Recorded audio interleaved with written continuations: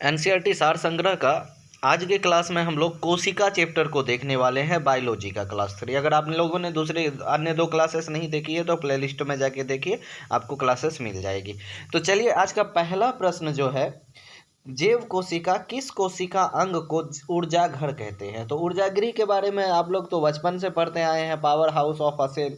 मतलब ऊर्जागृह किसको कहा जाता है कोशिका का, तो माइटोकॉन्ड्रिया को कहा जाता है। ठीक है, यहाँ तक क्लियर हो गई बातें। तो माइटोकॉन्ड्रिया को ऊर्जागृह कहा जाता है। क्यों कहा जाता है माइटोकॉन्ड्रिया को ऊर्जागृह? तो क्योंकि इसमें जो है क्या बनती है, एनर्जी बनती है कोशिका के श्वसन के बाद। क्या बोल रहे हैं हम, गौर से सुनिएगा कि कोशिका के श्वसन के बाद क्या बनती है, यहाँ पर एनर्जी बनती है, इसीलिए इसको पावर हाउस कहा जाता है। तो अब आप लोगों के लिए क्वेश्चन है कि प्रोटीन का संश्लेषण कोशिका के किस अंग में होता है।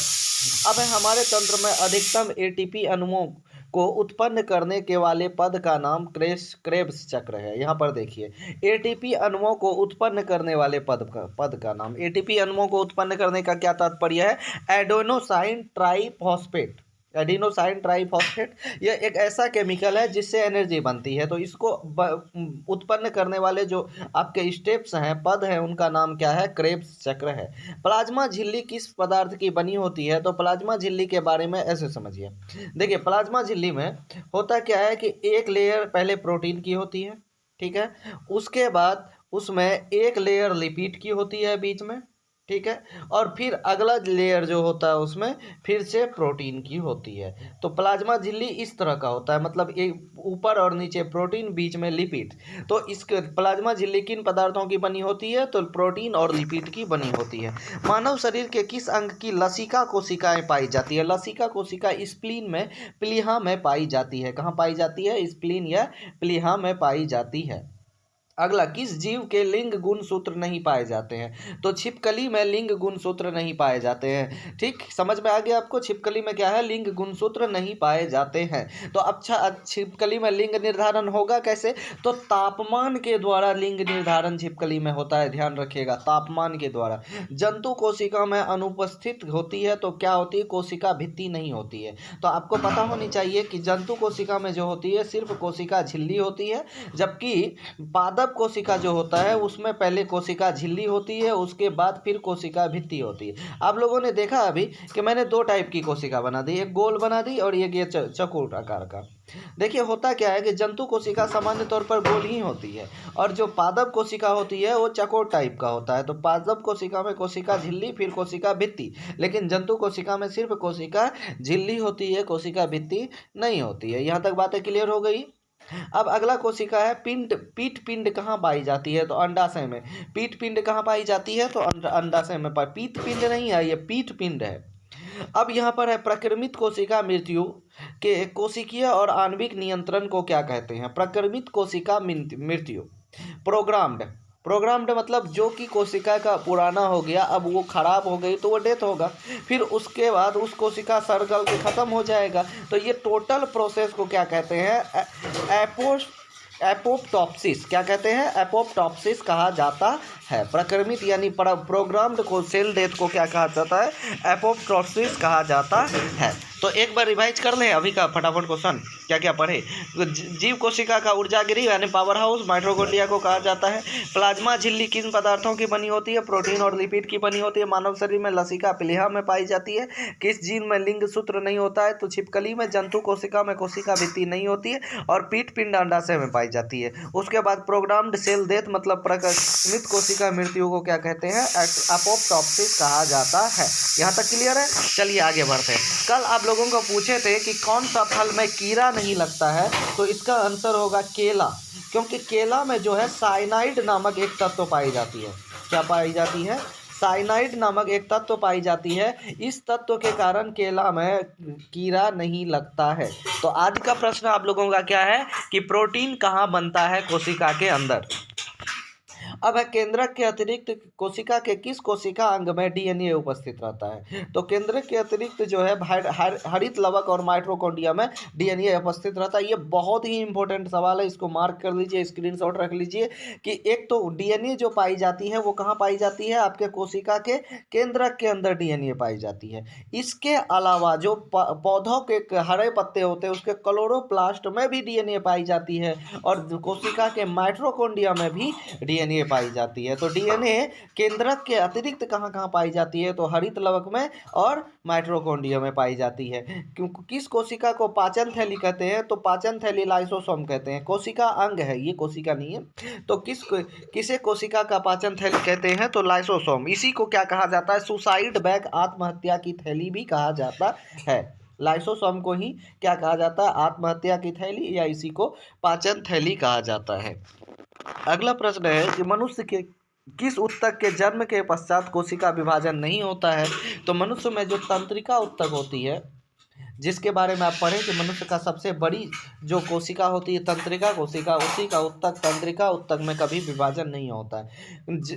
कौन सा भाग पादप और जंतु कोशिका में पाई जाती है? तो कोशिका झिल्ली, कोशिका द्रव केंद्रक, दोनों कोशिका में पाई जाती है। अब देखो कुछ चीज़ें होती है जो पादप कोशिका में पाई जाती है, जंतु में नहीं पाई जाती है। तो याद रखिए कौन सा, पहले तो आपको बताया कि जंतु कोशिका में सबसे पहले कोशिका भित्ति पाई जाती है, जो कि पादप कोशिका में कोशिका भित्ति पाई जाती है, जंतु कोशिका में नहीं पाई जाती है।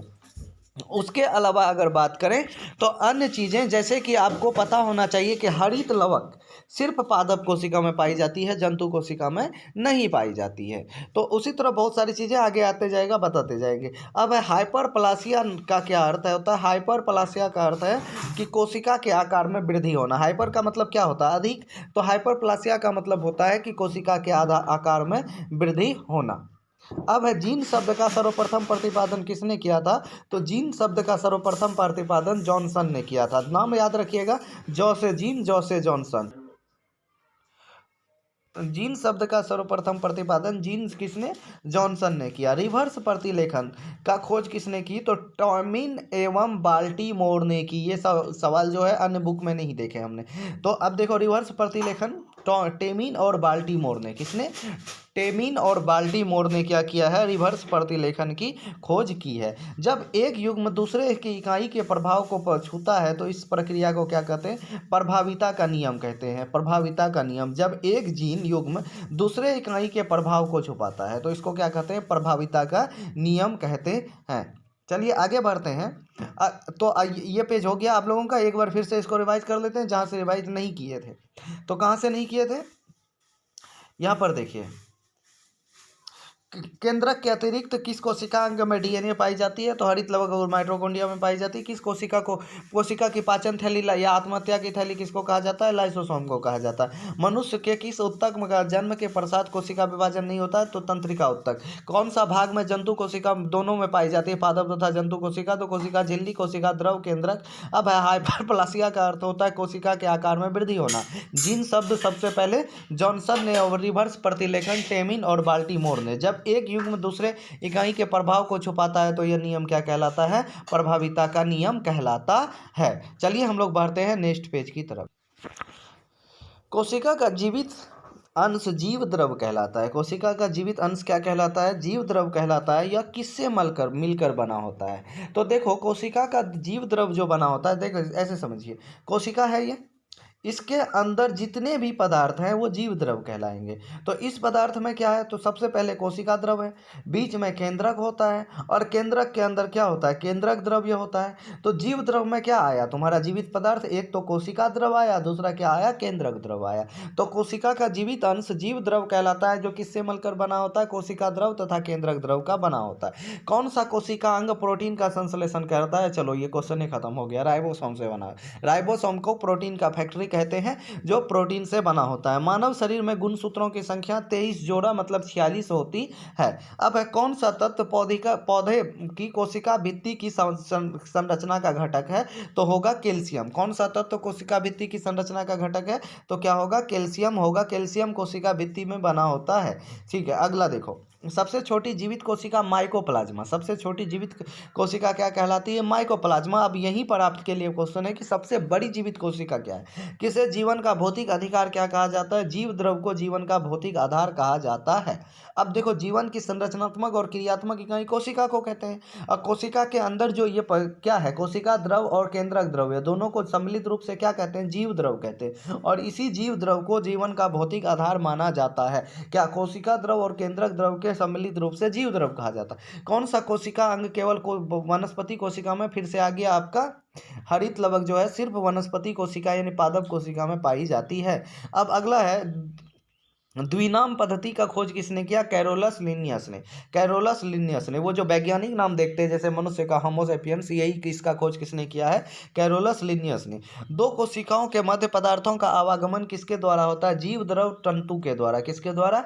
जीव द्रव तंतु के द्वारा। किस तत्व के कोशिकाओं को एकत्रित रंध्र में खुल जाते हैं? किस तत्व के कोशिकाओं में एकत्रित होने से रंध्र खुल जाते हैं? देखो क्या है, कोशिकाओं जो कोई भी तत्व है अगर वो रंध्र में जमा हो जाए, एक तत्व है जो क्या होगा, वो रंध्र खुल जाता है। तो पोटेशियम। तो इस सवाल को देखो कैसे पलट के पूछा जाता है कि किस तत्व के द्वारा रंध्र के खुलने और बंद होने को नियंत्रित करते हैं? तो पोटेशियम जो है रंध्र को खुलने और बंद होने में नियंत्रित करता है। अगला प्रश्न है हम लोगों का, किस कोशिका अंग को ट्रैफिक पुलिस की संज्ञा दी जाती है? गोल्जी इकाई को। क्योंकि यही इस कोशिका के अंदर कौन सा पदार्थ जाएगा और कौन सा पदार्थ आएगा, इसको नियंत्रित करता है। गोल्जी इकाई। प्लाज्मा झिल्ली किस पदार्थ की बनी होती है? अभी बताया, प्लाज्मा झिल्ली लाइपोप्रोटीन, 2 लेयर प्रोटीन का और 1 लेयर बीच में लिपिड का होता है, इसीलिए लाइपोप्रोटीन कहते हैं। कोशिका झिल्ली की संरचना को मॉडल किसने दिया? रॉबर्टसन ने। किसने? रॉबर्टसन ने कोशिका झिल्ली की संरचना का मॉडल दिया। अगला है, कोशिका भित्ति की संरचना कैसी होती है? पारगम्य होती है। कैसा होती है? पारगम्य। अर्ध पारगम्य नहीं, कोशिका भित्ति पारगम्य होती है और कोशिका झिल्ली अर्ध पारगम्य होती है। तो चलिए फटाफट आज का रिवीजन कर लेते हैं, यहाँ इस पेज में क्या क्या पढ़े। तो सबसे पहला सवाल था कि कोशिका का जीवित जीव द्रव्य क्या कहलाता है? तो कोशिका द्रव और केंद्रक द्रव्य। कौन सा कोशिका अंग प्रोटीन का संश्लेषण करता है? तो राइबोसोम। मनुष्य में गुणसूत्रों की संख्या 46 मतलब 23 जोड़ा। कौन सा तत्व कोशिका भित्ति की संरचना का घटक होता है? मतलब किससे कोशिका भित्ति बनी होती है? तो कैल्शियम। सबसे छोटी जीवित कोशिका माइकोप्लाज्मा। किसे जीवन का भौतिक आधार कहते हैं? तो जीव द्रव कहते हैं। कौन सा कोशिका अंग केवल वनस्पति कोशिकाओं में पाई जाती है? तो हरित लवक जो है, यानी जिसको क्लोरोप्लास्ट कहते हैं। द्विनाम पद्धति कैरोलस लिनियस। दो कोशिकाओं के मध्य पदार्थों का आवागमन किसके माध्यम से होता है? तो जीव द्रव तंतु के द्वारा होता है, जिसको कोशिका झिल्ली भी बोलते हैं। किस तत्व के कोशिकाओं में एकत्रित होने से रंध्र खुल जाता है? तो पोटेशियम। किस कोशिका अंग को ट्रैफिक पुलिस की संज्ञा दी जाती है? तो गोल्जी इकाई को। अब प्लाज्मा झिल्ली किस पदार्थ का बनी होती है? प्रोटीन और लिपिड, लाइपोप्रोटीन। कोशिका प्लाज्मा झिल्ली की संरचना का किसने दिया? रॉबर्टसन ने। कोशिका भित्ति की संरचना कैसी होती है? पारगम्य होती है। तो चलिए अब आगे की बात करते हैं। तो आगे जो हम लोगों का है इसमें, इसको आप स्क्रीनशॉट सबसे पहले मारिए। विश्व की सबसे छोटी कोशिका माइकोप्लाज्मा। विश्व की सबसे बड़ी कोशिका शुतुरमुर्ग का अंडा। उसके बाद मानव शरीर की सबसे छोटी कोशिका सेरिबेलम कोशिका मानव शरीर की सबसे छोटी कोशिका होती है, जो दिमाग में पाई जाती है। मानव शरीर की सबसे बड़ी कोशिका अंडाणु होती है, इसको भारी कोशिका बोलिएगा। बड़ी कोशिका बोलना थोड़ा सा, लंबी कोशिका जो न्यूरॉन है उसको बड़ी बोल सकते हैं, लेकिन सबसे भारी कोशिका क्या है? अंडाणु। उसके बाद पुरुषों में सबसे छोटी कोशिका शुक्राणु होती है। अब इन दोनों में अंतर देख लीजिए। महिला और पुरुष दोनों को मिलाकर अगर छोटी कोशिका पूछे तो वो होगा सेरिबेलम कोशिका, जो दिमाग की कोशिका है। लेकिन अगर पुरुषों की सबसे छोटी कोशिका पूछे, शुक्राणु। लेकिन मनुष्य की सबसे भारी कोशिका क्या हो जाती है? अंडाणु हो जाता है। और सबसे बड़ी पादप कोशिका जो है वो है कार्लेपोटेक्सीफोलिया। कार्लेपोटेक्सीफोलिया सबसे बड़ी पादप कोशिका है। ठीक है, तो आपको इसका स्क्रीनशॉट कर लेना है। दिन भर में 2-3 बार मोबाइल जब भी खोलिएगा एक बार पढ़ना है, तो ये अच्छे तरीके से ये याद हो जाएगा चार्ट। चलिए आगे बढ़ते हैं, हम लोग पेज नंबर 3 के तरफ चलते हैं। मानव शरीर में किस पोषक तत्व की कमी के कारण वृद्धि धीमी होती है? तो प्रोटीन की कमी होने से वृद्धि क्या हो जाती है? धीमी हो जाती है। प्रोटीन ही क्या करता है? प्रोटीन जो है कोशिका निर्माण में सहायक तत्व है। तो जब प्रोटीन ही नहीं होगा तो वृद्धि कैसे होगा? कोशिका का निर्माण ही नहीं होगा। विटामिन ए का मुख्य स्रोत, तो देखिए विटामिन ए का मुख्य स्रोत यहाँ दूध लिख दिया, चलेगा, कोई बात नहीं। पालक, हरी सब्जियां वगैरह सब विटामिन ए का मुख्य स्रोत है। प्रोटीन और वसा दोनों में प्रचुरता किस पदार्थ की होती है? तो मूंगफली में जो है प्रोटीन और वसा दोनों होती है। देखिए मूंगफली विटामिन ए का भी प्रचुर स्रोत है। प्रोटीन और वसा दोनों में प्रचुरता किस पदार्थ की होती है? प्रोटीन भी है और फैट भी है। तो मूंगफली में विटामिन ए का मुख्य स्रोत क्या है? दूध है। शरीर में त्वचा के नीचे विद्यमान वसा शरीर की ऊष्मा का ह्रास विरुद्ध अवरोधक कार्य करती है। यहाँ पर देखिए एक बहुत ही साइंटिफिक फैक्ट बताते हैं। शरीर में त्वचा के नीचे जो वसा होती है, जैसे मोटे लोग के नीचे ज़्यादा वसा होता है तो उन लोगों को ठंडा में ठंडा कम लगता है, क्योंकि देखिए अगर मान लीजिए ये इसकी हाथ है, इस हाथ का स्किन के ये अंदर में उसमें फैट होती है जो क्या करता है? शरीर के गर्मी को बाहर जाने नहीं देता है, इसीलिए जो है उसको ठंडा कम लगता है। ठीक है। यही चीज़ होती है क्या कि महिलाओं में ये फैट अधिक होता है स्किन के नीचे। इसके दो फायदे हैं। पहला तो आप लोग को देखा ही होगा, सर्दियों में वो लोग कपड़े नहीं पहनते, चले जाते शादी में। ठीक है।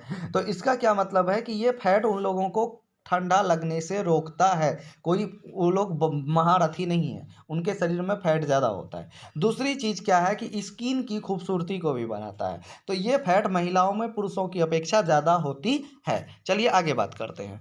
तो शरीर में त्वचा के नीचे विद्यमान वसा शरीर की ऊष्मा ह्रास के विरुद्ध कार्य करती है, मतलब ऊष्मा को खत्म होने से रोकती है। अगला है कि शरीर में ऊतकों का निर्माण किस पोषक तत्व से होता है? तो प्रोटीन से होता है। शरीर में ऊतकों का निर्माण, अभी बोले कोशिका और ऊतक दोनों प्रोटीन से बनेगा। किस विटामिन को हार्मोन माना जाता है? तो विटामिन डी को हार्मोन माना जाता है। और विटामिन डी का वैज्ञानिक नाम कैल्सीफेरोल है, याद रखिएगा, वैसे 50 बार बताएंगे याद हो जाएगा।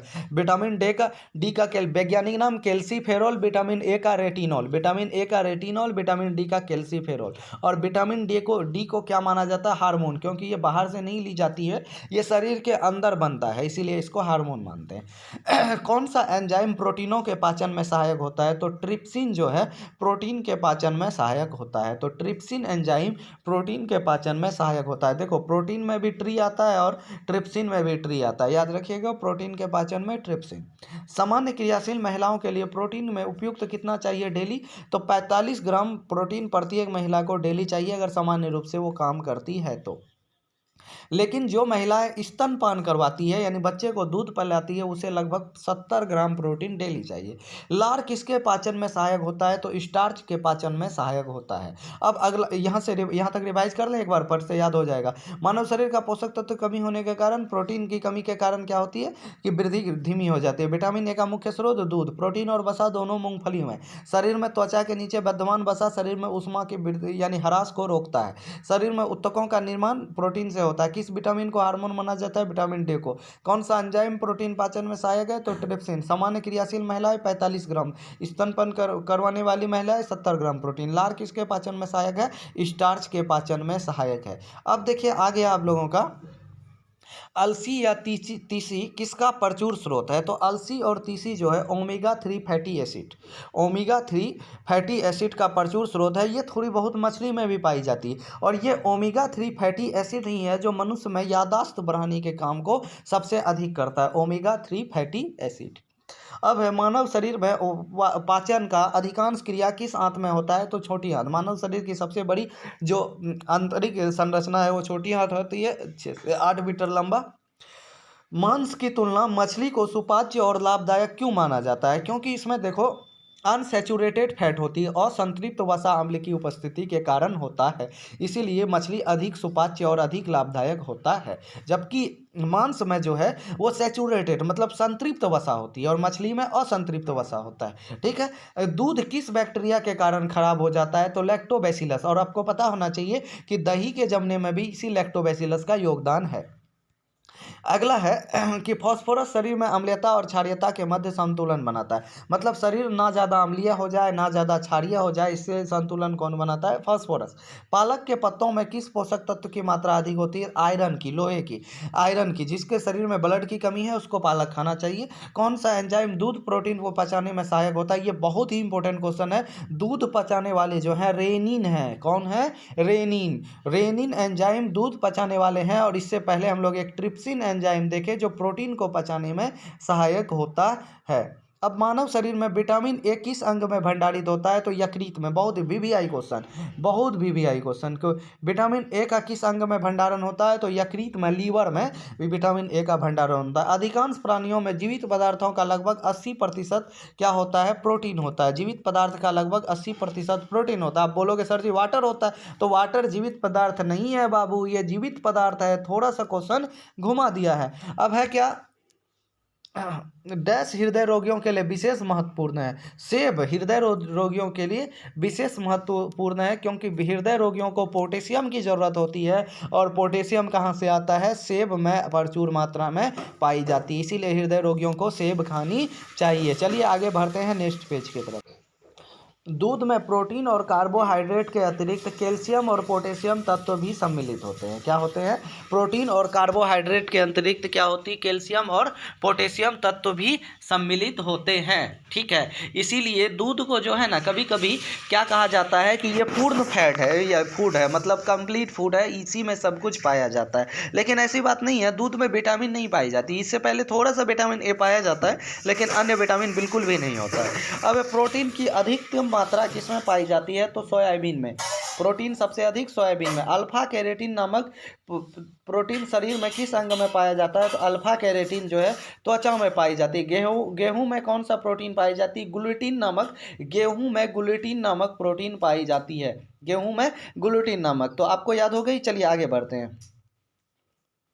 गाय का दूध कैरेटिन उपस्थिति के कारण हल्का पीले रंग का होता है और श्वेत रंग केसिन के कारण होता है। तो एक बार फिर रिवाइज कर ले। टमाटर में क्या पाई जाती है? लाइकोपीन। गाजर में कैरोटीन। दूध में केसिन। सेब में एंथोसाइनिन। क्या पाई जाती है? एंथोसाइनिन। तो दूध में कैरोटीन की उपस्थिति के कारण हल्का पीला रंग होता है और श्वेत रंग केसिन के कारण।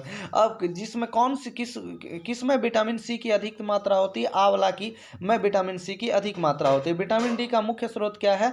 सूर्य की किरणें विटामिन डी का मुख्य स्रोत है। किस विटामिन का निर्माण हमारे शरीर में होता है? विटामिन डी और विटामिन B3 का निर्माण हमारे शरीर में होता है। और विटामिन डी को हार्मोन भी माना जाता है। इसका वैज्ञानिक नाम कैल्सीफेरोल। विटामिन ए का रेटिनॉल। ठीक है, सुनते रहिएगा ध्यान से। कौन सा विटामिन किसी स्वप्न के पर्याप्त अवधि तक याद रखने में सहायक होता है? Vitamin B6। विटामिन B6 जो है पायरोडॉक्सिन वैज्ञानिक नाम होता है। ये जो है स्वप्न को याद रखने में मदद करता है। सब्जियों को मुख्यतः हमें प्राप्त होती है विटामिन।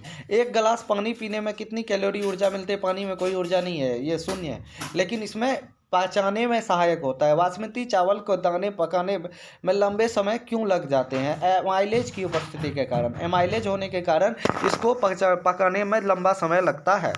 दूध में सेकेराइड, कौन सा सेकेराइड उपस्थित होता है? तो दूध में लैक्टोज, लैक्टोबैसिलस। दही जमने में लैक्टोबैसिलस, खराब होने में लैक्टोबैसिलस। और कौन सा सेकेराइड? लैक्टोज।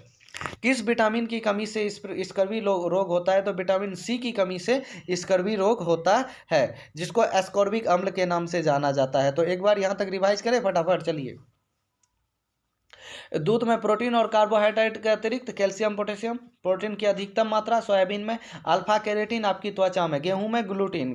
गांव का दूध जो होता है हल्का पीले, गाय का दूध हल्का पीला रंग किसके कारण? कैरोटीन के कारण। श्वेत रंग केसिन के कारण। विटामिन सी की अधिकतम मात्रा आंवला में। विटामिन डी का मुख्य स्रोत सूर्य की किरणें। किस विटामिन का निर्माण हमारे शरीर में होता है? विटामिन डी और B3। कौन सा विटामिन स्वप्न को याद रखने में मदद करता है? B6। सब्जियों में मुख्यतः विटामिन मिलती है। एक गिलास पानी में 0 कैलोरी ऊर्जा। बासमती चावल एमाइलेज के कारण लंबा समय में पकता है। और दूध में कौन सा सेकेराइड? लैक्टोज। किस विटामिन की कमी से स्कर्वी रोग होता है? तो विटामिन सी की कमी से स्कर्वी रोग होता है। तो अगला है हेपेटाइटिस मानव शरीर के किस अंग को प्रभावित करता है? तो हेपेटाइटिस जो है यकृत को प्रभावित करता है। तो चलिए अब आप लोग फटाफट लाइक कर दीजिए, शेयर कर दीजिए। सेशन को जितना अधिक शेयर कर सकते हैं जल्दी से जल्दी शेयर कीजिए और सब्सक्राइब करना तो भूलिए ही मत। हेपेटाइटिस मानव शरीर के किस अंग को प्रभावित करता है? यकृत को। अब देखिए कि किसके संश्लेषण में विटामिन के की विशिष्ट भूमिका होती है, तो प्रोथ्रोम्बिन। प्रोथ्रोम्बिन क्या है, एक ऐसा तत्व है जो रक्त को थक्का बनाने में सहायक होता है, इसमें विटामिन के की जरूरत होती है। पौधे में जंतुओं में कार्बोहाइड्रेट का संचयन किस रूप में होता है, स्टार्च के रूप में। विटामिन होते हैं आवश्यक कार्बनिक यौगिक जिनका शरीर में संश्लेषण नहीं होता है, इसे बाहर से लेना पड़ता है। चलिए यहाँ तक क्लियर हो गई। चलते हैं नेक्स्ट पेज, पेज नंबर 5 के ओर।